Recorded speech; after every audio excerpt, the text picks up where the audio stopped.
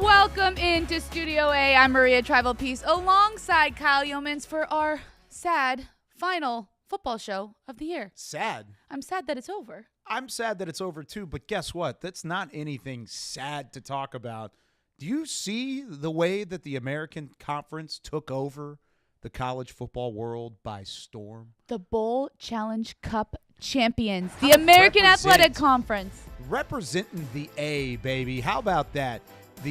I didn't even know there was a Bowl Challenge Cup. I'm going to be completely honest with you. But the fact that we're champions of it, that's exciting. And 6-2, that's the best record by far. No one was even close. Not the SEC, not the Big 12, not the ACC, not the Pac-12. Of course, they've got two teams, and I don't think either one of them made a bowl game. So there's a lot to talk about in the fact that you ended up with 6-2 across the board. How cool is that? Well, I also was not totally aware of the Bowl Cup Challenge, but I did research on it. Since 2002 it's been going on, and I think one thing that you mentioned is the fact that not only did we go 6-2, we also beat a variety of different conferences. So there are wins against the SEC, there's wins against just all these other conference opponents, and so I think that says a lot about the way that the American Conference finished their football season. Well, when we wrapped up the regular season and we were going into the postseason on All-American about a month ago, we were talking about how exciting it was to have 8 teams represented in postseason action. And in this day and age of college football and NIL and transfer portal, there's always uncertainty from conference to conference how things line up. And yes, I know the transfer portal plays a significant factor in a lot of these postseason games. That's a separate conversation for college football in general. But you play the games that are scheduled and you play with the rosters that you have. And at the end of the day, the score is the score, and the American Conference won 6 of their 8 games. I don't care about any of those other storylines. I see a conference that's underrated across the board and has had some significant jumps over the last few years. They've added some schools from over the last few years, whether it be Independence or Conference USA or some of these other schools that have jumped into the American. They've all had success at the next level, and that postseason record shows exactly the direction that the conference is going. Shout out to all the programs that participated, whether they won or lost in the postseason, but the 6 teams that won it, we're going to talk about it and have some fun with it. Well, I think one of the big reasons that so many teams did win on the American side was just the way that they played those bowl games. I think that even the teams with players that maybe left, North Texas, we'll talk about them, even though they lost their bowl game, the players that stayed there and fought, I think that's why there were so many victories from the American Conference, because they showed up and they just were so gritty and so much fun to watch. And so let's start with Memphis, because they kicked off our bowl season and they were the first victory for the American, winning the Frisco Bowl. Oh my goodness. And how about the coffee being dumped on Ryan Silverfield right there? That's my favorite part. I want coffee dumped on me. Absolutely. And throughout the broadcast, they were showing that it was the Scooters Coffee Frisco Bowl, and Memphis was pretty hype with that coffee and the caffeine as they got it done. 42-37 was the final score. This was an awesome game, by the way. Back and forth. Credit to West Virginia because they never quite went away. You had Seth Hennigan throwing the ball around early. It was a punch, counter-punch sort of game. The way that they finished things out, I mean, even Garrett Green for West Virginia, the quarterback there for the Mountaineers, had a great game. But at the same time, it was all about the team of Memphis. This is a Memphis Tigers team that we've talked about throughout the year. Very experienced, returning some seniors. They've got firepower both on offense and on defense. The offense shined in this game, but the defense forced the turnovers late that made that shining necessary, or possible, that is. So really, it was a fun game to watch. Coach Silverfield had his team ready to go, and you could tell that earlier at Toyota Stadium in Frisco. They came out, made a statement early on, went up by multiple scores, and West Virginia had to play catch-up from that point forward. I do think West Virginia, though, as you mentioned, did a good job of battling back. And I think when I was looking at some of the post-game things and even the in-game commentary from the broadcasters, was the fact that a lot of those seniors on West Virginia, including Garrett Green, were just like ready to show up and play in that game. And so I think the thing about this bowl game, it was so much fun to watch because both teams gave it their absolute best. And, you know, you think about college football and you're like, well, isn't that what they're supposed to do, right? But in bowl games, sometimes there's a lot of transfers. People aren't playing. And I think that's why this was such a great one to kick off our American Bowl season with, because both teams were just so excited to be there. And I want to talk a little bit about Seth Hennigan, because he just finished off one of the most storied careers in Memphis history, in American Conference history. And you saw how much he cared, how much he wanted to be playing in that game. He's not too far from where that game was played. I loved on the broadcast, they just kept going back to his family in the stands. And I think that that's what college football is supposed to be. One of my favorite things that I saw on Hennigan was just the fact that in his post-game presser, he talked about, look, I stayed at Memphis for 4 years, and he said, I hope that says a lot about me, but I think it should also say about Ryan Silverfield. Like, he believed in me. He recruited me out of high school. And so I think, as we mentioned, all the transfers and the new rosters and this new era of college football, Seth Hennigan set records at Memphis. He set records in the American, and he just went out with a bang in his home state. And I think, talking about storylines, that's a pretty cool one. Yeah, it really was. They were about 15 miles from Denton, where he grew up. Of course, went to Denton Ryan High School. It's his dad, Dave Hennigan's been a historic head coach there. So having that close to what is known as one of the best, if not the best, complete career for an American Athletic Conference quarterback is significant. He threw 102 touchdown passes as a quarterback at Memphis Tigers program. I mean, that's all with one program right now. 102 touchdowns is significant. You see guys go off and have incredible seasons. Here's his numbers from that Frisco Bowl win over West Virginia. Sure, you've got those different things, but a lot of times you'll see guys like Jaden Daniels play at Arizona State, go to LSU, have a couple years, win a Heisman, sure. But having 4 straight years with the same program, same head coach, win a ton of games, win some conference championships, win some postseason appearances, it was the perfect way to tie it all together. And I know at the end of the day, Ryan Silverfield, Seth Hennigan and company had college football playoff aspirations. They had American Conference title aspirations, and they didn't necessarily get there.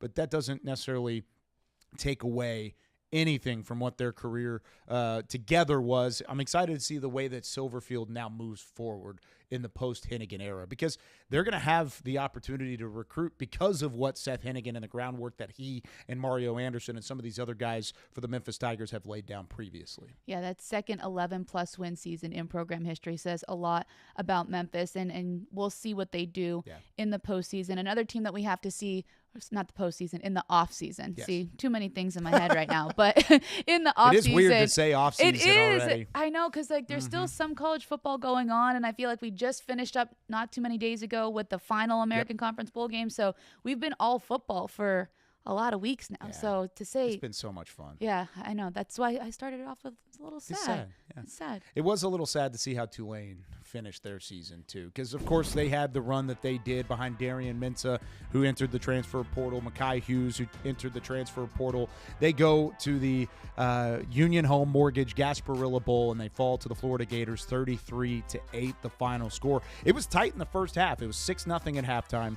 You really felt like Tulane showed why their defense was a calling card in the early going this season. That defense still played very well, but they just ran out of gas in the second half, plain and simple. Yeah, and I think that was the one thing that I had hope for with Tulane, is that the defense could keep them in the game, right? And so they started off by doing that. They, like you said, they looked good, but how long can you stand there and get stops or create a turnover without getting in any offensive production? And I give Tulane a little bit of a pass because, Mensah didn't play. He left. He transferred. And so you have different people playing those positions, and I give credit to Florida as well, because they did a really good job, especially stopping the Tulane run game, which has been so key for them this entire season.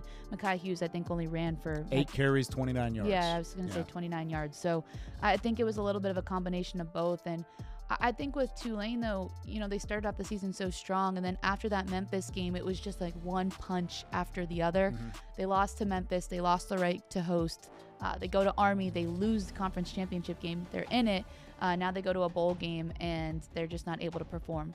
All that being said, I'm still excited to see what they do next year, because I think, you lose Mensah, you lose Hughes, but there's still so much for John Summerall, and I think, I don't know, maybe this is my analysis of it. I think he kind of thrives in these situations where you get to rebuild, because he's done it multiple times. Yeah, well, remember, this is still year number 1 under John Summerall. It's so easy to forget that. I feel like he's been there forever with the success that he had already. Exactly, and he built something special at Troy before taking this job. Of course, the really Willie Fritz era over there in Tulane. But I really like what Summerall did and the way that he was able to piece things together as the year went along. They had those 2 early losses. We were sitting here on All-American talking about after the Oklahoma matchup.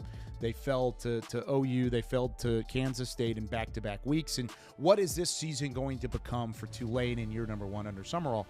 Well, then they rattled off the wins that they did going into that final 3-game stretch that did not go their favor, did not go their way, but still had a 9-2 record after winning 8 straight games going into that Memphis matchup late in the season. So you can't fault the way that things ended. Of course, kind of like what I said with Seth Hennigan and the Memphis Tigers team a moment ago. Their aspirations were higher. They had a chance going into those final 3 weeks to make a bid at the college football playoff. But that's a Florida team that had all their guys back, that was playing good football as the season went on and continued to get better and better and better. Had a 7-5 record out of the SEC when a lot of people thought that Billy Napier in Florida were done and dead to rights 3 or 4 weeks into the season. They were talking about replacing Billy Napier in the first month of the regular season. They turned that around. They fought with some heart, and they wanted to cap off what was a good year for Florida, one of the best years they've had in the Billy Napier era. So turnovers in the second half played a factor. Ty Thompson, you mentioned him at quarterback, filling in for Darian Mensah. He had 3 picks. Those 3 picks were significant.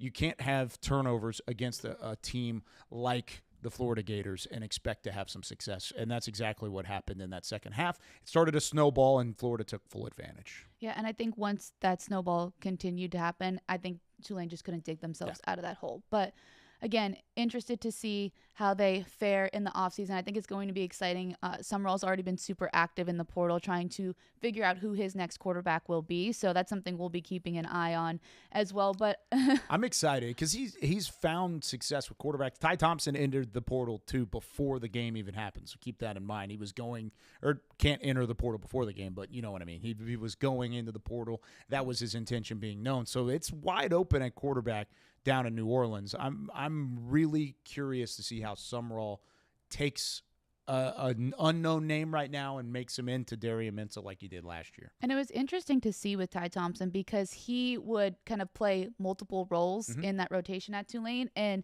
he just recently pulled himself out of the portal so that he can maybe come back to Tulane. He might not be in that quarterback position because I think Tulane already has 3 different quarterbacks that they've pulled out of the portal. Ooh, so we got a little controversy. This is going to be fun. I know. So there's going to be a quarterback battle, and maybe Ty Thompson slots in somewhere else on that Tulane offense because, not necessarily at running back, but obviously Mekhi Hughes is gone, but now there's some different openings, and Summerall's going to try to rebuild this team a little bit to get the players that he wants in those certain positions. So interesting to see what happens in New Orleans. But here's the thing with Tulane is they're always at the top of the American Athletic Conference, and they just find it. Like even this year, like we touched on it a little bit, but I don't think anybody really had them picked maybe to finish right in that second slot in the American, and so I'm interested to see what John Summerall does with that team. But a team that also was peaking at the right time was UTSA in that second half of the season. They won their bowl game as well.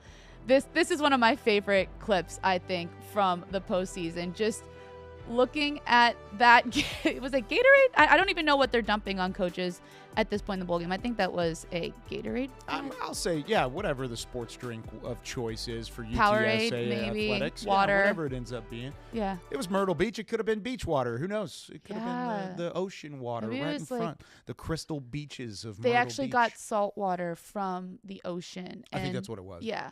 Well, I saw that the crew for that game. The teal field. The teal field, that was Coastal Carolina's home field. I hate that field, man. How do you like what? And you don't like the Boise State one either with the blue turf? I'm okay with Boise State. Okay. That teal field is terrible. Let me just say it right now. You're just putting it out there. Now I will say, Coastal UTSA, Carolina fans are going to come at you on Twitter now, or X, or whatever it's called these days. All 6 of them will come and say hi to me on Twitter. It's fine.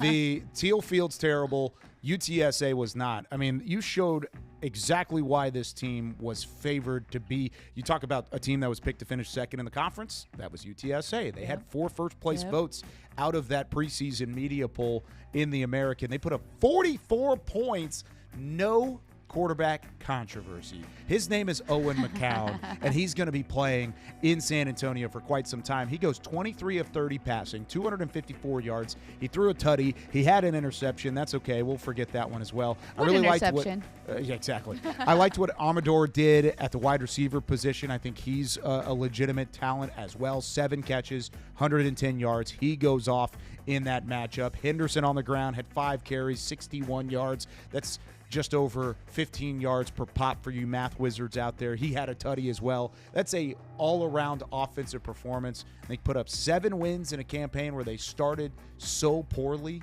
That's impressive for Jeff Traylor to end on that high of a note. This is a UTSA team that will have something to say going into next year after what was a disappointing, expectation-filled year here in 2024. And we'll talk about this more later in the show, but I think a big key for UTSA also is you return that quarterback and you return that head coach with a lot of American teams. Yeah, a lot of American teams heading into next season, as we'll discuss, have new head coaches, and they're unsure of who takes that quarterback spot. But staying on the subject of UTSA, another thing that I'll mention too is just their defense in that game as well. There were multiple guys with multiple tackles, and that sounds like a very broad statement, but just everybody kind of pitching in different ways. It's a team effort. Team effort is the best way to say that. I didn't verbalize that well. You know, I ate too many cookies over the holidays. Me too. Is what happened. Yeah. So, what's your favorite holiday cookie? I'm gonna derail this. Is there such thing as a holiday cookie? Yeah. Like, what's your favorite kind? Like, chocolate chip. I'm boring. You are very boring, but you go bowling on Thanksgiving. But it's a great tradition. You didn't do it. The American goes bowling and they go 6-2. They did. They were not great. Having them any problems. I like when the American goes bowling. I wanted them to go 8-0. We were really close, so I appreciate that for sure. Balanced offense leads the way. Team effort on defense. As you said, building on that moment for UTSA heading into 2025, the continuity between head coach and quarterback. They'll probably hit the portal a little bit as well. I don't think they'll need to as much as some of the other teams in the conference, but either way, really liked how the Roadrunners ended that season. Well, they're going to return some of their offensive line, which they're excited about. They have a couple defenders that are in the portal, and that they had a group of defenders that are looking for NIL opportunities elsewhere. That's going to be an interesting feel for UTSA. And it may not be the end of that because they've kind of had this collective of UTSA in terms of NIL money that's kind of limiting what they can do there. I think that's going to end very quickly. I think Jeff Traylor's going to kind of figure all that out. But going back to what they did on the field, the fact that it was scoreless at the end of the first quarter, and it went from being 0-0 with 14 minutes left in the second frame to being 27-0 by the midway point of the third quarter shows just how quickly UTSA could strike. And that balanced attack that they had, you have the rushing attack, 260 yards. That's what they showed throughout the year, especially late in the campaign when they went 7-2 down the stretch. The only losses they had was against Army, American champions, and then a wild finish against Tulsa where things unraveled and they didn't play very well against the Golden Hurricane. But the ground game and the passing game were almost equal throughout that run. They continued that identity going into the bowl game. And what did we just talk about at the start of the show? It's tough to retain your identity going into these postseason games because of the current era of college football that we deal with. So the fact that they did that shows me this is a UTSA team that will be a force to be reckoned with in 2025, and they're building toward that. If you're a player in the portal and you're in the middle of Texas and you're looking for a team to find some stability with, I think UTSA is another option for you. Well, when you speak about identity, too, just when we had Owen McCown on the show, he knew exactly what his offense was. Like, he mentioned, I think he mentioned every single player that had some kind of impact in the game that we, like, talked to him about. And I think that awareness as a quarterback, and he's leading that offense, right? So that awareness to know who the players are that are going to make the impact and how you are going to lead them to have the best possible options and create the most offensively, I think is something that's really key. And so I think that identity continued into the bowl game, and that's why the Roadrunners finished the season like they did.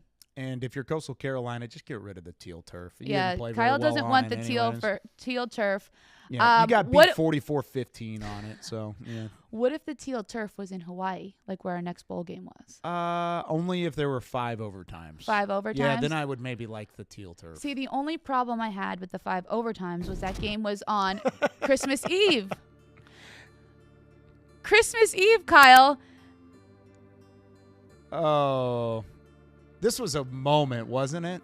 I was Santa was flying overhead. He as was. This Well, he happened. was circling my house, and he couldn't land yet because I was still awake. So I was a little bummed out by it because, look, I love a good gift on Christmas morning, and I love from the time I was little. Like I was up at the crack of dawn, like waiting to go see what Santa brought me, but I couldn't go to bed on Christmas Eve because I was waiting to see South Florida win the Hawaii Bowl. South Florida and San Jose State gave you a gift on Christmas The Eve. first they let gift you of open Christmas. It early. That was the first gift of Christmas. Yep. But Santa eventually came, so that was good. But that was a gift to watch that 5 overtime you were game. worried about this. I was really concerned. Yeah. And I am, you know what? I'm probably too old to be concerned about that. I feel like your triplets were maybe a little bit more concerned about. They were definitely concerned about it. Yeah, 100%. they were And really they were worried. watching South Florida. Noel was talking about how Bryson Archie went 24 of 35 for 230 yards and an interception. And the fact that they put together another complete outing, I can't say enough. And I said this going into the bowl preview. The coaching job by Alex Golish and this entire coaching staff, I think it just has to be commended because you're taking a team that in 2022 was 1-11. In 2021, they were 2-10. This is the last year was their first bowl appearance since 2018.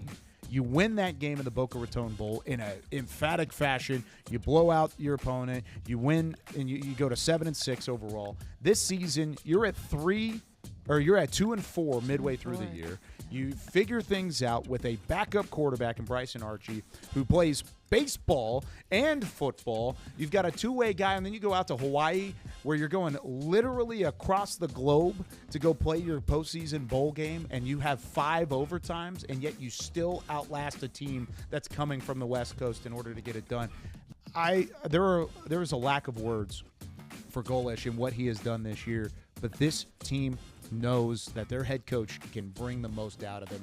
I'm super impressed with South Florida and that entire program. Well, I just think when I think about what they kind of embodied this year, it's resiliency. Because one thing that we forget about, too, is the whole hurricane situation where they were literally displaced and they had to play one of their games. That adds was another element. Yeah. I didn't even think about that. Yeah, they spent however many days away from their campus. They had to play in a game against a good opponent where they were supposed to have like a sold-out crowd. They were going to the underdogs by 2.5 too. Yeah, they're going to debut new uniforms. Like it was so exciting, and then everything gets pushed back. Yep. They're just totally displaced, and they had to come back, play the UAB, and that was a back and forth game against a team that you know they think that they should maybe be able to beat a little bit easier. So they just had to overcome so much this year, and I give not only Alex Golish and his staff so much credit, but I give Bryce Archie credit as well because he didn't come into the best situation either. You know, Byron Brown looked like he was going to lead that South Florida team to have so much success, and so they could have just given up after 2-4, and they didn't. And so I think that when we're talking about programs building, I think that if you're at South Florida, you're staying there because you believe in what Alex Golish does, and I think that they've just been so impressive to watch, not only in the Hawaii Bowl in all 5 overtimes, but this entire season. And I think it's interesting. You put up 41 points, and I know there were 14 points put up in overtime from the South Florida side of things, but you put up 41 points, and you only had 56 rushing yards on 34 attempts. This team did not run the ball very well, but you know what they did do? They capitalized on goal line opportunities. You see one right there where they punch it in, or that was San Jose State. But Kelly Joyner had a touchdown. Naquan Wright had a touchdown. Teron Keith had a touchdown. They all had these scores, but they couldn't run the ball. But when you get down to the goal line, you're able to set yourself up at the doorstep. That's when you take advantage. If they did not have that sort of continued success down in the red zone, you don't win that football game. And that tells me that's good coaching. That tells me Alex Golish had a plan, that the offensive coordinator had a plan. Their offensive coordinator, Joel L. Gordon, had a plan going into it. They needed to take advantage of every opportunity, and they did that in a game against a good San Jose State team who arguably had the best receiver in the country playing for him. And they, of course, didn't have him playing in this game specifically. He sat out going into the NFL. I'm very impressed. Very, very. Well, Alex Golish spoke exactly to what you just talked about in his post-game presser. He was just saying that their whole mentality going into that game is to always be ready for that next play and just to create some of those opportunities. And my favorite thing he said, going back to, the baseball references, he's like, we just kept swinging. So his quarterback, plays baseball. So I guess he had to get that baseball reference in there as well. But I think that they, as you said, had a plan, executed it, and even when it didn't work out in some instances, they just went to that next play. Yeah. And that was a resiliency battle right there. That's why they won that game. I feel like, to sum up that entirety of their season, for them to finish their final game in 5 overtimes and win it is just like, hey, this is exactly what happened all year long. Why not end it like this? Nick Nash, by the way, was the name I was thinking of. That was the wide receiver. 6 days before the game, dropped out of the bowl game. You were excited about seeing I was him excited play. about seeing him. Yeah. He was a late drop too. Like I Right. said, 6 days before. So unfortunate there. He'll be probably a 3rd or 4th round draft pick in the NFL. Here's one that maybe the team that ended up winning didn't have a whole lot of NFL draft talent, but they do have a guy named Blake Horvath. That guy is incredible. We go right back to it. We started the season talking about Heisman Horvath. We end the season talking about Heisman Horvath. How about that? They take down the Oklahoma Sooners in the Armed Forces Bowl in Fort Worth, 21-20, the final score. It didn't look, well, before I get into that, the graphic. Pettiness. Next season, we're having a pettiness meter or a pettiness. Of course, this is playing off the SEC staying. That it just means more. It just means more at Navy. We like it. Navy has been on point with all their pettiness the past couple of weeks, so shout out to their social team for that as well. But we need to get them on the show. Just the Navy social team. The Navy social team. Yeah, we got to see who's running that. So we'll have to do some digging. Navy social team, if you're hearing this, send us a message. We wanna chat. My DMs are open. Always. Make it happen. You can send nice messages, preferably, but angry ones, but they're accepted I'm here as well. For that too. Why not? Kyle will respond though, and then we'll have Twitter wars. But as I was saying before I got to the pettiness, it didn't look good for Navy at the beginning, and as I was sitting there watching that game, I'm like, man, like I believed that they could win this game, and they went down 14-0, and I'm like, oh my goodness. But going back to Heisman Horvath, that's exactly what changed the course of that game. He had some big runs, including the longest touchdown run in Navy history, that 95-yard touchdown. Oh my goodness, he just looked so good on that play. Well, in our bowl preview, we talked about how guys outside of Horvath needed to step up in a big way. We needed Alex Teska to step up. He stepped up in a huge way, provided everything from a blocking standpoint. He provided everything from a weapon standpoint, had the 11-yard touchdown run to help open the scoring after really, it's funny, I covered Michael Hawkins, the quarterback for Oklahoma, during his time in high school. He went to Frisco Emerson High School, covered him for 2 years. Before that, he was at Allen, called some games with Allen. I've gotten to know the Hawkins family pretty well, and he's a really good quarterback. I think he'll be something special because of his athletic ability, because of the what he can do with his arm strength. But this was a growing game for Michael Hawkins. They came out firing. Oklahoma saw that. Put up 14 points. Navy had to adjust. The adjustment from the Navy defense to not allow anything other than that last-second touchdown at the end of the game. From the opening quarter, OU put up 14 points in the opening frame, did not score until there were 6 seconds left in the fourth quarter, which, by the way, what a wild ending there. Ooh. Oklahoma elects to go for it. They do not get it. And then, of course, Navy ends up winning because of that decision. Either way, I give this win as much as it is for Blake Horvath. This is on the Navy defense, the way they slowed down a weapon of a quarterback and allowed their offense to have, at least within striking distance, an opportunity to put up some points. That's why they won this game, because Navy made the adjustments necessary to slow down a dual-threat quarterback, and it helped them take this game over in the second half and ultimately win it in the end. Well, I think that's been a trend for them their last couple of games of the season, right? We saw them do that against Army as well. Nobody could stop the Army rushing attack. Yes. Nobody could stop Bryson Daly. Navy won the Army-Navy game because they came out completely prepared for that Army offense. They knew what they were going to do. They game planned. They made adjustments. And so I think that just not only talks about the players on the field, but that goes back to coaching too. We've spent so much of this season talking about Drew Cronick and the Navy offense. How about the defense making those adjustments? And that's why, again, we'll touch more on it later, but I'm excited for Navy next season, because the thing about Navy is once those athletes get to junior year, they're not getting in any portal. And so 3 athletes that are juniors on that team are 3 that we talk about all the time, and Eli Heidenreich, Alex Teska, and of course Blake Horvath. So they're still there. Be legit. Yeah. So I mean, we'll break it down more later, but I think that this is such a huge momentum builder. You win a bowl game against an SEC opponent nonetheless, and I think that this was just testament to the defense, testament to the way that Navy played in this game. I know on this show we talk a lot about offensive names because it's a short show and we don't really go into all the details that we can with all these teams. I've got 3 defensive names that stood out to me in this game. Going back and watching the film too, they were all over the place. Colin Ramos led the team in tackles. He had 12 tackles. It felt like every time there was a play being made, you saw number 44 around the football. I thought that was impressive. Kyle Jacob. Talk about filling up the stat sheet. This dude had a pass defense. He had a tackle for loss. He had a sack. He had 9 tackles. He was all over the field in his own right as well. Really impressive from Kyle Jacob. And then those 2 guys were seniors, by the way. The last one was a sophomore, Griffin Willis. When they needed a stop in 2 different drives, he had a huge sack in a late down scenario in order to push them behind the chains and help out the defense to ultimately get a stop and bring Michael Hawkins to the ground. Those 3 guys, and it wasn't just those 3, it was a complete team effort on defense, but those 3 were impressive. And going back and watching the film, I thought the way that they took advantage of every opportunity to get the ball back to their offense, whether it was in good field position or bad field position, and then Blake Horvath goes 95 yards to the house. All of that worked in their favor. It was a really fun game to watch, and credit to Navy because that was not an easy matchup. But guess what? You've got some supporters here. There were 2 people on this set. I'm not going to say who. There were 2 people on this set that said that Navy was going to win that football game. I think that was us. It was us. Go Navy. Thank you for making us look better. Thank you. Yes, we appreciate very it. nice. Always love it. Always love it. More wins for the American. Another victory in a bowl game. East Carolina beating NC State. This was a wild game.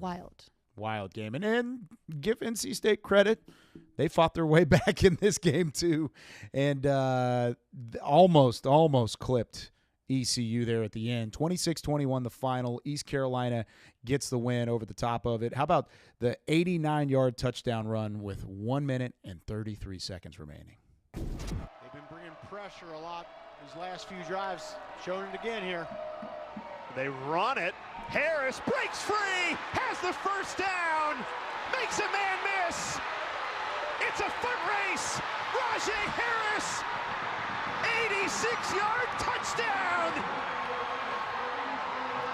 Oh my goodness, Rajay Harris. He was the difference maker in this game for that obvious reason. But Kyle, I just can't even fathom the excitement there. I don't know. One thing for me when I was watching this entire game was that Rajay Harris just kept talking about how this was going to be his last game in an ECU uniform and how he just wanted to show out for the Pirates. He was going to leave it all on the field.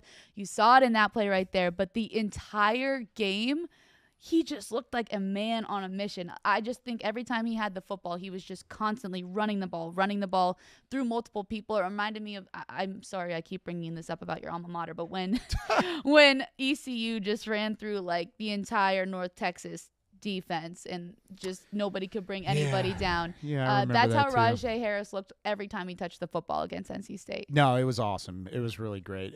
He had a great stat line at the end of it. I know he went for 220 yards. That was a big touchdown there at the end. Caden Hauser, of course, did what he needed to do to keep them within striking distance all the way through, but it was all about Harris at the end of the day. 17 carries, 220, 13 yards per pop. That means every time he touched the football, he had a first down and more. Usually it's 3 yards in a cloud of dust. How about 13 yards in a cloud of dust? An American Bowl game rushing record. Impressive from Rajay Harris. And like you said, it's not new. Everybody in the American kind of knew this going up against it, but you go up against an NC State defense that had some success throughout the year in the ACC and was one of the better teams, at least at the early parts of the season. I know they were banged up at the end. They had a lot of injuries to deal with. But you took full advantage and you put up 13 yards per pop. Give credit to Harris. Give credit to that entire coaching staff. Blake Harrell, man, he's got the Pirates rolling. Hauser's going to return. Yep. Of course, you don't have Harris next year, but you've got some other pieces that you can piece together and have some fun with the Pirates out in Greenville. I'm really excited about seeing what they bring to the table. Yeah, and they're 5-1 under Blake Harrell, and the thing that I noticed about it, and we talked about it a little bit on this show, but when you go onto social media, when you watch Harrell sit with his guys at press conferences, all they talk about is how much they want to play for him, how much they want to run through a wall for him. And the thing with Harrell as well is he just loves East Carolina and their fan base. And I think those two things go hand in hand together, because you have the fan support, you have the player support, and that is why they're able to win football games. And I just think that it's been really fun to watch, because I've said it so many times, but East Carolina loses that game against Charlotte, right? And they are just not looking great. That's their rival. They want to play well. And then all of a sudden, no. It looks so bad. Harrell takes over. They rally the troops. And now they win a bowl game at the end of it all. So I am just give all the credit to him, and I'm really excited about the Pirates. The way that season started, I mean, we've talked about it a couple times on this show. I mean, you start the season where you're 3-4, you don't really know the direction of your program. You end up moving on from Mike Houston, and Mike Houston's a good football coach. Don't get me wrong, and we said that whenever they parted ways in the middle of the season. But then they hand the reins over to Blake Harrell, who had been there for 5 seasons, who had been there for quite some time, and then he rattles off wins against Florida Atlantic, wins against Tulsa, wins against North Texas, and then you end up like this. The way that they finish the season. I mentioned UTSA and the momentum that they have and the returners that they have. I think Blake Harrell and this ECU squad are right there. This is going to be a team that's going to make noise. I love that celebration, by the way. The thumbs up, and then it's slowly into the thumbs down. This is a team that's celebrations next year. That's going to be fun. This is a team that'll be fun next year. They got to find a way to run the football, return some of those guys up front on the offensive line, and then you can build there. But, yeah, they've got something cooking. Well, Caden Hauser can run the football as well. We saw him do it in that Military Bowl, and I think that was a big key. I mean, Rajay Harris, we gave him his flowers, and we can continue to give him his flowers because he did it all season long. He did it in the bowl game, but Hauser looked good running the football. He can throw it as well. And going back to what we kind of said about UTSA, the big thing for me is looking at teams that have that returning quarterback and head coach combination.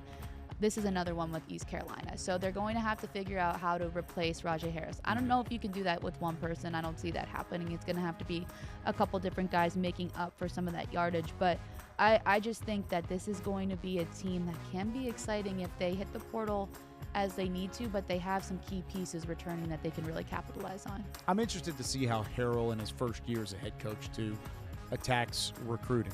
They've got an influx of talent in North Carolina, right? In terms of high school sports in North Carolina, you've got some a significant talent pool out there, and then you can hit the portal in terms of guys that are coming from college as well. They've got a couple different ways to do it, but they've got Caden Hauser. I mentioned that he's a dual threat quarterback that's going to make an impact next year. Now, there's another dual threat quarterback that made an impact this year. He was the American Conference Offensive Player of the Year.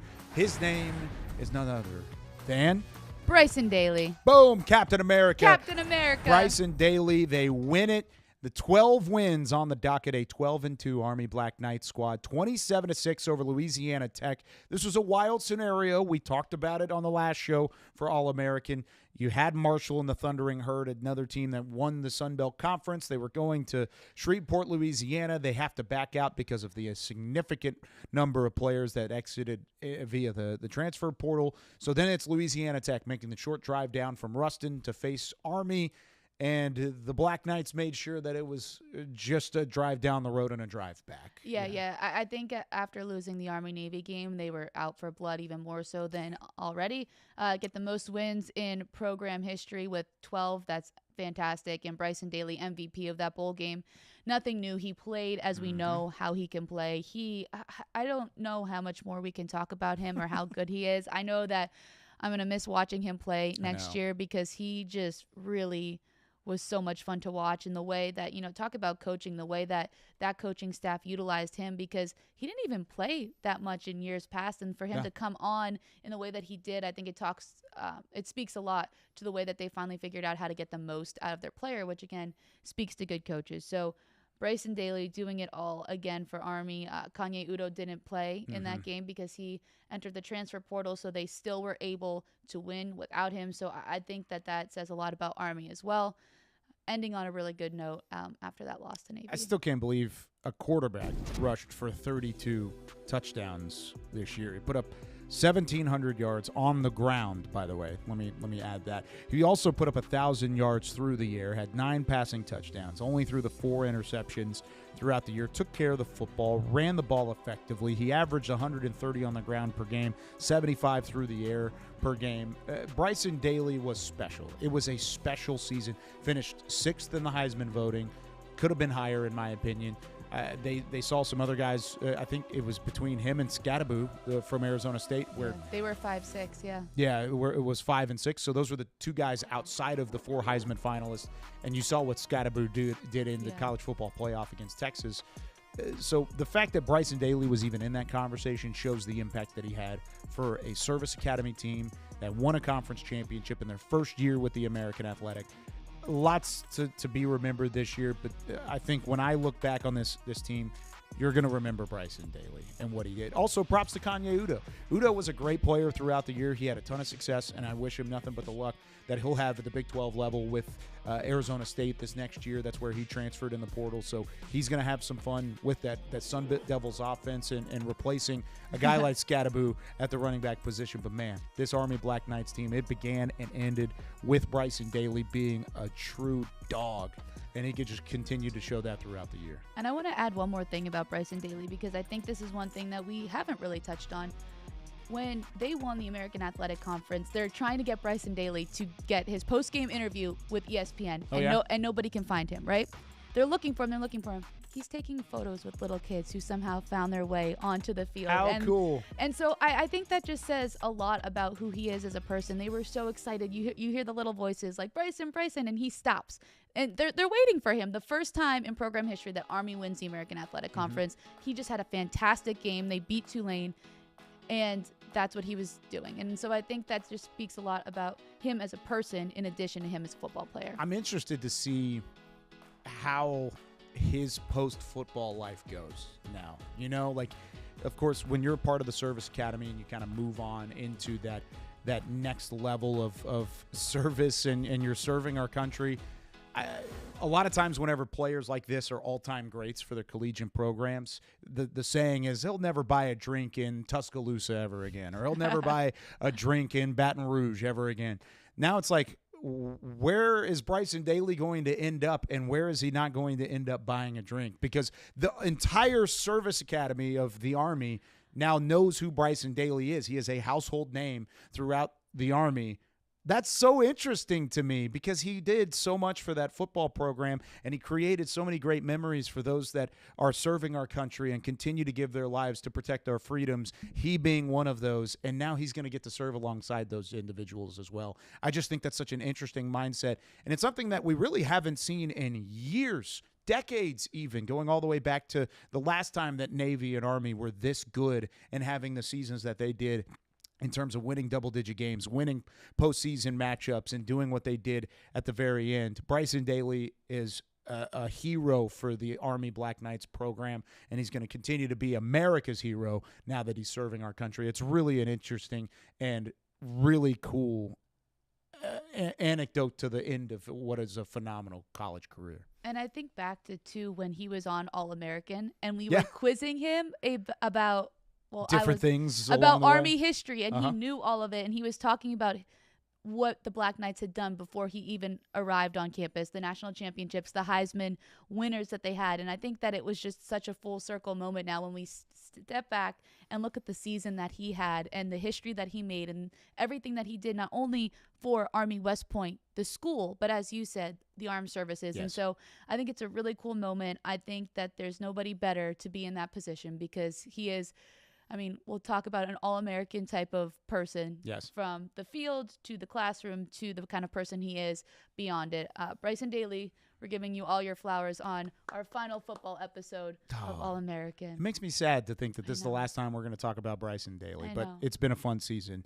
So now we're 6 wins in. We've talked about all 6 wins for the American. One more game to go. That was the first game of the 2025 calendar year for the American Conference. It was the First Responders Bowl in Dallas, Texas. North Texas and the Mean Green, who, of course, started the year on a very high note, 5-1 to start before losing 5 straight games. They get bowl eligibility in the final week of the regular season with a win over Temple. They were the final team to play for the American this season, but they did so without Chandler Morris, transfers to Virginia. They did so without D.T. Sheffield, one of the more electrifying receivers in all of college football. He enters his transfer portal as well. They did so with a quarterback by the name of Drew Mestemaker, a former Vandergrift High School quarterback who did not make a start at the varsity level. His last time starting before this game was in the 9th grade for the freshman B team. He did not start because of the talent that was ahead of him on the depth chart at quarterback, but he made his starts at safety. He was working as a linebacker. He was also a punter, an all-district punter at the high school level. Eric Morris saw him at a camp, still throwing the ball around, throwing the rock around. He said, you know what? I know how to do some special things with quarterbacks. I've coached Patrick Mahomes. I've coached Cam Ward. I've coached Chandler Morris. Now, why don't you come to North Texas? We've got a spot for you. And he ends up starting this bowl game and puts up a measly stat line of 26 for 41 passing with 393 yards, 2 touchdowns. Oh, and by the way, he was the team's leading rusher for 55 yards and a tutty as well. Unbelievable, the storyline. However, it does end up in a loss 30-28 against Texas State. So is that stat line good, is what you're telling me? Very good. It was actually a North Texas bowl game record for that matter, and it was the most total yardage by a rookie since 2008 in a postgame or a postseason game, in a bowl game. The last quarterback to put up this amount of yardage as a freshman in a bowl game goes by the name of Lamar Jackson. I think I know him. He won a Heisman at Louisville. Keep that in mind. Okay. And he also has won a couple NFL MVPs and is in the running to win a 3rd one. So, yeah, pretty darn good company for Drew Mestemaker as a guy who did not start since his freshman B team. It was really a crazy stat line that took the nation by storm, even in a losing effort. Give credit to North Texas, Eric Morris and company. They took the month off to prepare for this game, and they came out firing and had an opportunity all the way up until the very end before a 73-yard late touchdown run from Lincoln Perry took the thing over and ended up winning it for Texas State. And I think, look, this is a loss, right? It's one of the 2 losses in the American 6-2 bowl record. But I just think that North Texas gets a lot of credit in this situation because even with the way that season ended, they weren't even sure if they were going to make a bowl game. Yeah. Temple made that final game of the season very close. And so, yeah, you were there for that. Yeah, it was really cold. Great play from another youngster in that game as well. And I think that the fact that, as you said, they took this whole month to just be the best version of North Texas that they could be without Chandler Morris, without D.T. Sheffield. The storyline of the Mean Green all year has been the fact that their offense is very good. Their defense is where they struggled. And now you take away 2 key components of that offense. And I think some of us were thinking, oh my goodness, how is this game against Texas State going to go? You're losing the part of your team that has helped you stay in games, win games. And Mestemaker says, oh, I can help with that. I got you. Don't worry. I got you. No worries. And he truly did. And Let me just take off for a 70-yard touchdown run to make it close at the end. Yeah. I'm basically playing 9th grade B football. I don't know why you guys, you know, the line where they're like, what? Like it's hard? That was him. I think that's what this is me thinking in my petty socialness brain. Oh, okay. I think that if North Texas wins that game, that's the graphic. Like put up his stat line and then like put the comparison with oh my goodness, it's from Legally Blonde. Yeah. With Reese Witherspoon. Reese Witherspoon. I was picturing it in my head. Again, I ate too many cookies. Legally blonde. Okay, I'm brunette. All right, Sorry, brunette. But maybe I should be. But anyway, I digress. That would have been the graphic. Mestemaker did a great job. I think that. Yes, North Texas comes up short, but I think there's a lot to be proud of in this game. Well, and it's anticipated that Mestemaker would return and that he would have an entire offseason kind of go into that mold. I know the transfer portal so far has been very kind to North Texas. They've been recruiting very well out of the portal. A couple quarterback recruits already, one of which from the University of Miami. That was a 4-star coming out of high school. So he'll have some competition. It'll be interesting to see what they do from a offense standpoint to rebuild what they did. That was the whole story around the 5-1 start. The prolific offense led by Eric Morris. He's an offensive genius. He has that whole mindset moving into building a roster, and that's why they put up 52 points against Tulsa. That's why they put up 41 on Florida Atlantic, 44 on Wyoming, 52 on South Alabama, a team that did a big-time job in the Sun Belt Conference this past year too. So I do like the pieces that they put together. They're going to miss Damon Ward Jr. He was an impressive wide receiver for North Texas for quite some time. Of course, broke the single game North Texas record with 230 yards in that opener against South Alabama. Lots of rebuilding there. They got rid of their defensive coordinator, parted ways with him midway through the season.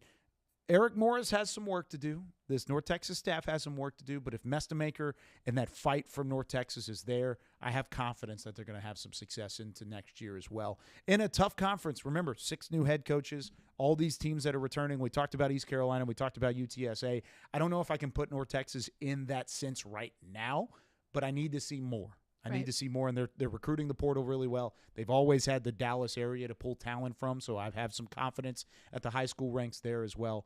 Got to get bigger up front, especially on the offensive line. It was a revolving door this year. They had 10 different combinations of their starting offensive line, most in the FBS this past year. Solidify your offensive line and then start from there. And I also think you touched on it a little bit, but that defense, there needs to be a solution there because you talk about the 5-1 start, that second half of the season,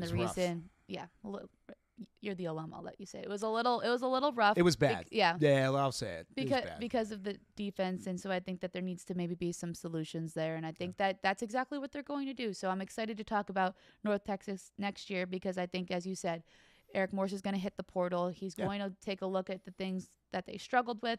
And I'm excited to see the offense that he puts together as well, because just in that bowl game, even though they did not win, I think that there was a lot to show that, hey, even with a lot of missing pieces, we can still be competitive. Yeah, and in the time that I've gotten to know Coach Morris over the last few years, I've seen one thing remain true and remain steady despite some up and downs. Like we said, win 5 games in the first 6 contests and then you lose 5 games. There's been some ups and downs. One thing's remained consistent. Guys love playing for Eric Morris. He is a player's coach. He really takes care of his student athletes. I respect that about him. I respect that about the entire North Texas athletic department. And I'm not just saying that because I'm an alum. I've seen it around the country. I've covered a lot of collegiate athletics, covered a lot of pro athletics. I don't always say that. I do say that about what North Texas does. So if you are a guy in the portal like that, and you're making a jump to North Texas, expect to play for a guy you'll enjoy playing for, and that's what Eric Morris brings. So it's not going to be easy, and they've got some tough competition. The American is very tough. We just saw it, 6 wins in 8 games in the bowl season. What a year all the way through for the American Athletic Conference. When you look back on 2024 and the football season that was, what'll be your lasting impact? Oh, my goodness. That's a really, really tough question. I think just the fact of the way that the American competed within itself, but also the way that it competed on the bigger national stage. We saw it in the bowl games. We saw it just when they played each other. I think some of those really exciting conference matchups, I mean, we would look at the slate and I'd be like, oh, I'm excited for every single game this week. And so I think just that competitiveness and the resiliency, I think, is the word that I'm going to look at the most. Army, first year in the league, they win the conference. They lose the Army-Navy game. They come back and win their bowl game. Navy has some rough patches. They come back and win. ECU, we talked a lot about them, just the way that they're able to, under Blake Harrell, be so much better in that second half of the season. So I think resiliency of this conference and the way that they've competed, South Florida had ups and downs, and just I think that's something that I look back on and I'm like, wow, this was a really fun year for the American Conference football teams. Yeah, when I look back at 2024 for the American, it goes back to the early storylines that we talked about on this show. You have some of the best coaches in the country. You have some of the best student athletes in the country. And you continue to see why this conference wins games outside of their conference. And we said it in the non-conference slate. We said it early in the campaign.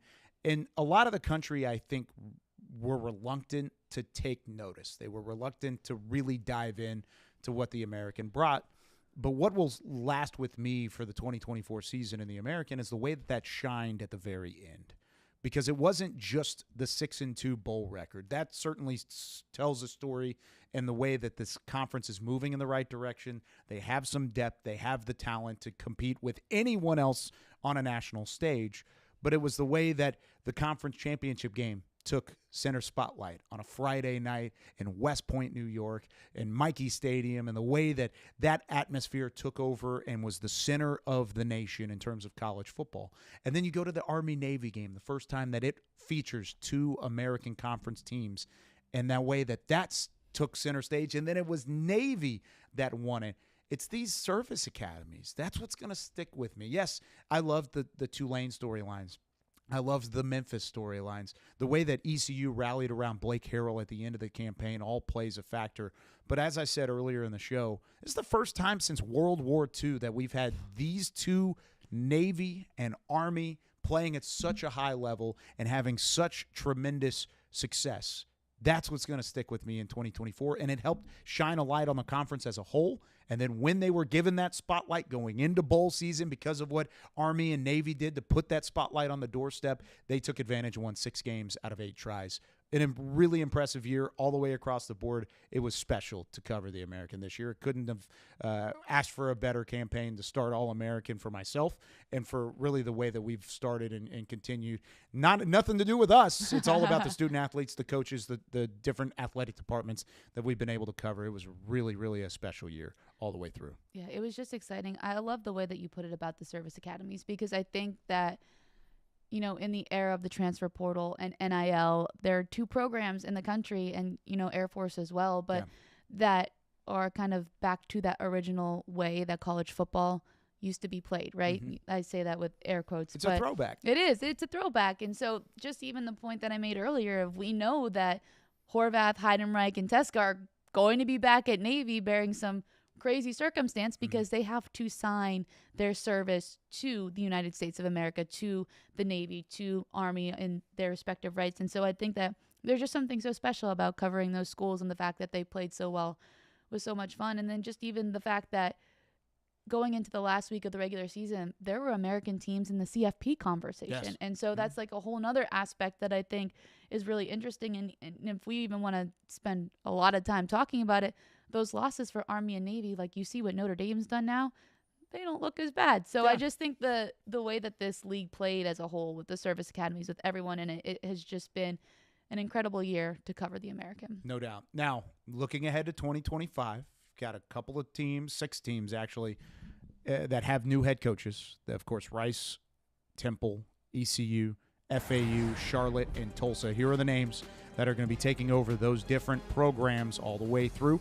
Really excited to see what these guys bring to their respective programs. Any names stick out to you right now as a go-to? I'm going to take East Carolina off the board because of what Blake Harrell's done. We've seen that already. They just removed the interim tag there. The other 5 guys, which one stands out?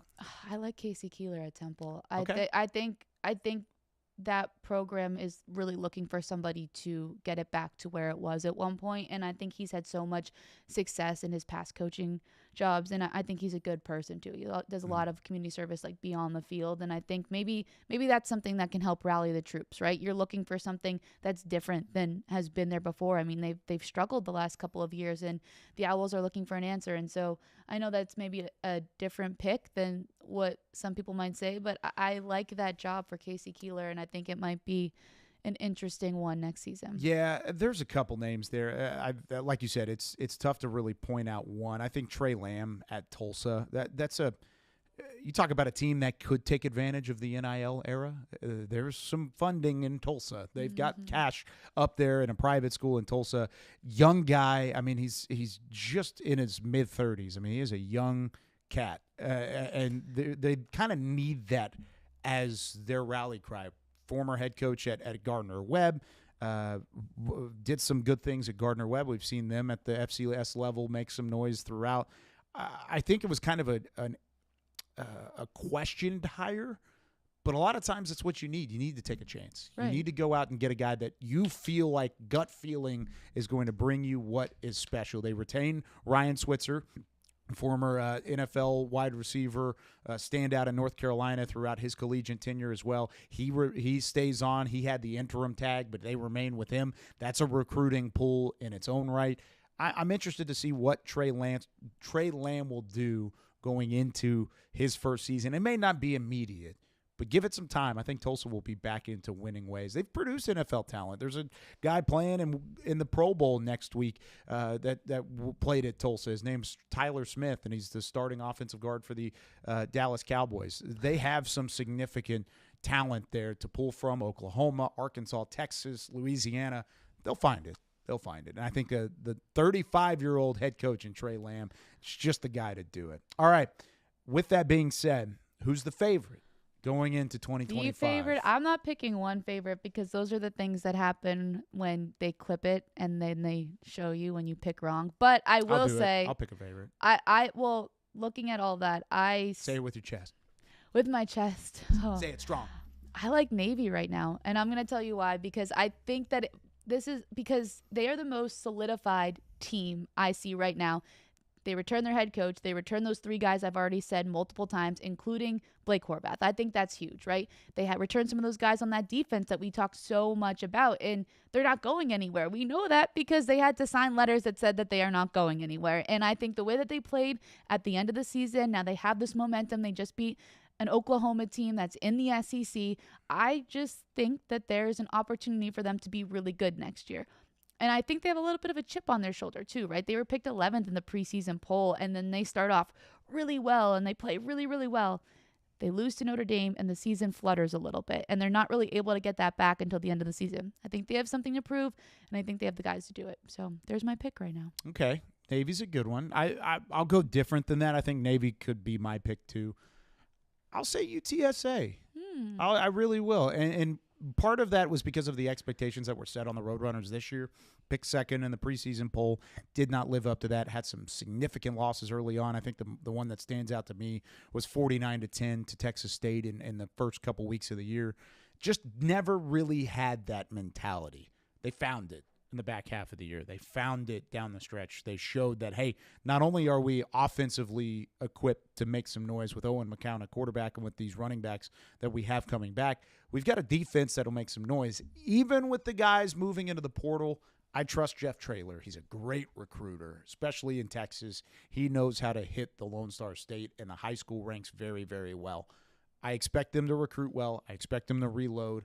And I think they're up there as a team that's going to make some noise in 2025 as a potential favorite. Like you said, it's tough to make a call, but right now I would put my money on the Roadrunners to be the best team in the American next year.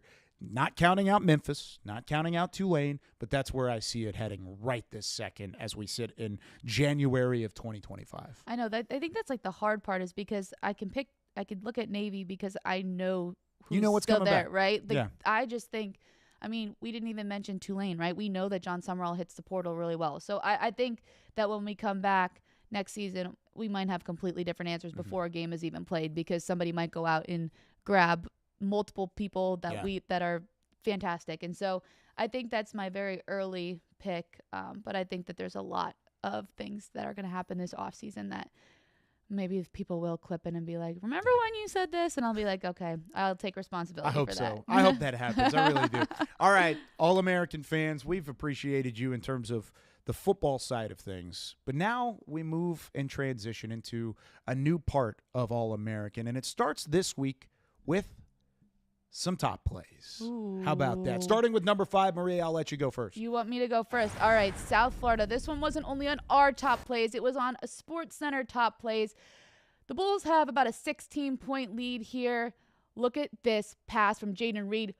Bang, slam, all of it over to Reynolds. I just love that. He threw that through not one, but 2 Wichita State shockers. Yeah, split the defenders, leave it. the back door open like that. Always going to have some success. I love it. I really do. All right, I want to go to the women's game overall. How about the Temple Owls, team that's had some ups and downs? They needed some ups in order to steal the basketball and then have an opportunity on the other end. How about this? With the and one opportunity. Not an and one. They didn't call a foul, but it was at the end of the buzzer in the end of the third quarter, all the way through. Temple with the steal and the lay-in to beat the buzzer and then have things closer against that South Florida team. I love when good defense turns into some buckets and some offense. Yeah. I think as a coach, you love to preach that, like, see, you play good defense, is what happens. You get 2 points, especially at the end of the third quarter. Now, this next play, a little bit of deja vu. We might have seen this before. Remember Jordan Riley? He had a pretty big dunk earlier in the year for East Carolina. Well, he's at it again. One-handed slam. Oh, my gosh. He took off on that one, had a high-flying attack. East Carolina's got some athletes, man. I know. Coach Schwartz and company have that thing rocking in terms of the athleticism. Woo. Little style point on that one. Taking flight is right. Yeah, a little emphasis, too, on the throwing it down. Like, bam. I was Somebody like, oh. call air traffic control. Okay. All right, back to the women's game for this one. The University of North Texas, reigning co-champions in the American Conference, tied at 71 against Memphis on the road. Final 6 seconds. They have an inbound. They find Ariana Hardaway splitting a couple defenders, banks it up and in right before the final buzzer to win it on the road. The Mean Green continue to show out in the women's game. They won the conference title last year, raised a banner, had the preseason player of the year in the conference with Tamisha Lampkin down low. They say, Lampkin, you've done your job. Let's go to Ariana Hardaway, another veteran on that bunch, and she gets it done at the buzzer. At the buzzer, and she went up against it's almost two defenders right there. Look, she's using her entire body to get that bucket, but let's stay in North Texas. We'll go to the men's game for our number one play. I'm always here. down for that. This is the last game that the Mean Green played in 2024, so they had to make it memorable, right? At the buzzer, time is out. Swoosh. Your alma mater wins. I like it. You said time is out. Clock struck midnight for the preseason favorites in the American UAB. This was on New Year's Eve, nighttime, late game on ESPN, national audience. Adam Wright, the transfer from Drake, he hit a late second shot, not a buzzer beater, true buzzer beater against Oregon State in a tie ball game. It was 66-all. I was on the call for that one. He hits another one, another tie game. This was a true buzzer beater. Clock hits red right there at the end, hits 00, gets it to fall. They even put it on the ESPN social account saying that he hit the Jordan logo as he hit it. They said it was the Jordan make against the Utah Jazz. Similar play, top of the key, nothing but ice in his veins. Adam Wright, the transfer from Drake, gets it done for Ross Hodge in the Mean Green. That one was fun. I loved watching that. When that happened, because here's the thing, he needed a 2. And he steps back. I think he needed to try to create some space. But still, he steps back and makes it 3. He's like, let's make it even fancier than it needed to be. So I like it. Extra style points on that one as well. Well, that's the thing. UAB right now is tired of seeing North Texas in general because UAB's won conference championships. They've won all these different titles. They've had guys like Jordan Jelly Walker and, of course, the team that they have now that won the championship last year and are favorites to win it again in 2025. However, every time they go up against North Texas, something crazy happens. It's either a double OT thriller, or they're going down to the wire in a conference tournament, or they're getting beat in the NIT championship game a couple years ago when Tyler Perry goes off and has some clutch makes. Andy Kennedy is a phenomenal head coach. One of my favorite head coaches in all of college basketball, and he just so happens to be at UAB and the American Athletic Conference. He's done a great job there, but for some reason, that kryptonite is also green. It's just a form of mean green for UAB and the Blazers. This is basketball talk. I could do this all day. You know what? This isn't the last episode of All-American. We slamming the laptop shut? A slam dunk, per se. Are you foreshadowing? I am foreshadowing quite a bit. You know why? Why? Because the next time we're on All-American, we're talking hoops. Whoops. Football, done. It's over with. That was a little dramatic. I just hit the camera. That's unfortunate. I'm going to place mine nicely over here. We still love you, football, but we do love you, football. It's basketball season now. It is hoop season. I'm all for college hoops. We're going to talk the women's game. We're going to talk the men's game. We're going to talk it all the next time we're on All-American, so be sure to stay tuned. We got some hoops to talk about. How about that, Maria? You all in? I am all in on All-American hoops version. Let's do it. Let's do it. For Maria Trivelpiece, for Chris and Zach in the back, we thank you for joining us on the football version and the bowl review for All-American. We appreciate you all season long. Click subscribe. Be sure to follow. Hit that notification button as well, so that way anytime the American posts on YouTube, social media, or anything, you are up to date, because we've got some hoops to talk about. Lots has already happened in both the men's and women's game. We'll talk about it next. I'm Kyle Youmans saying so long from Studio A. We'll see you next time on All-American.